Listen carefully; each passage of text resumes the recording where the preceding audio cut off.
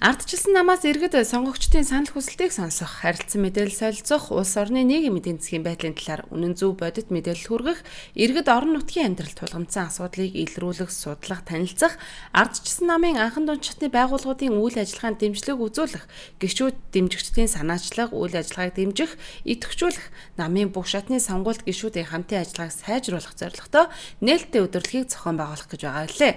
Нээлттэй удирдлагын бэлтгэл ажил төлөвлөгөөний дагуу явагдаж байгаа бөгөөд өнөөдөр үндэсний бодлогын хороодын гишүүдтэй сургалт зохион байгуулж байна. Ер нь үндэсний бодлогын хороодын гишүүд маань энэ удирдлагт бол голлох үүрэг гүйцэтгэв. Үндсэндээ одоо 76 тойрог дээр одоо байгаа 410 үндэсний бодлогын гишүүн энэ одоо улс орон даяар явах энэ даяныг бол зохион байгуулж одоо оролцох юм аа. Тэгээд 76 тойргийн одоо нийт энэ багууд маань 76 баг болж явна. Энэ багууд маань одоо анхшны намын байгууллагуудад хүрч намын бодлого шийдвэрийг сурчлах, судалгаа авах, одоо улс төр олон нийтийн ажлуудыг зохион байгуулах энэ хүрээнд бол ажиллана.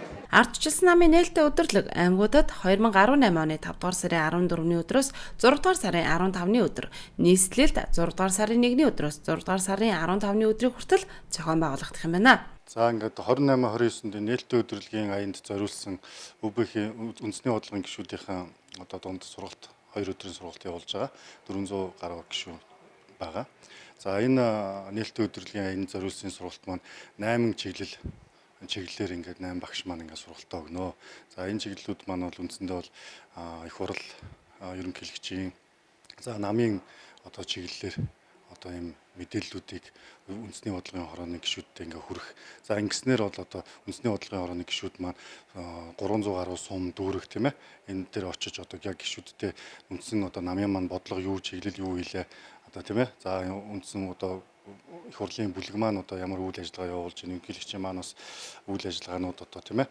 Ямар чиглэлээр яаж явж байна, бодлогын ямар хэмжээнд байна гэдэг энэ асуудлуудыг одоо яг анхан шатандаа хүргэх ийм удаад шачил бүгдэлтэй ийм сургалт явж байгаамаа. Үндэсний бодлогын хорооны гишүүдийн сургалт 2 өдрийн турш үргэлжлэх юм байна.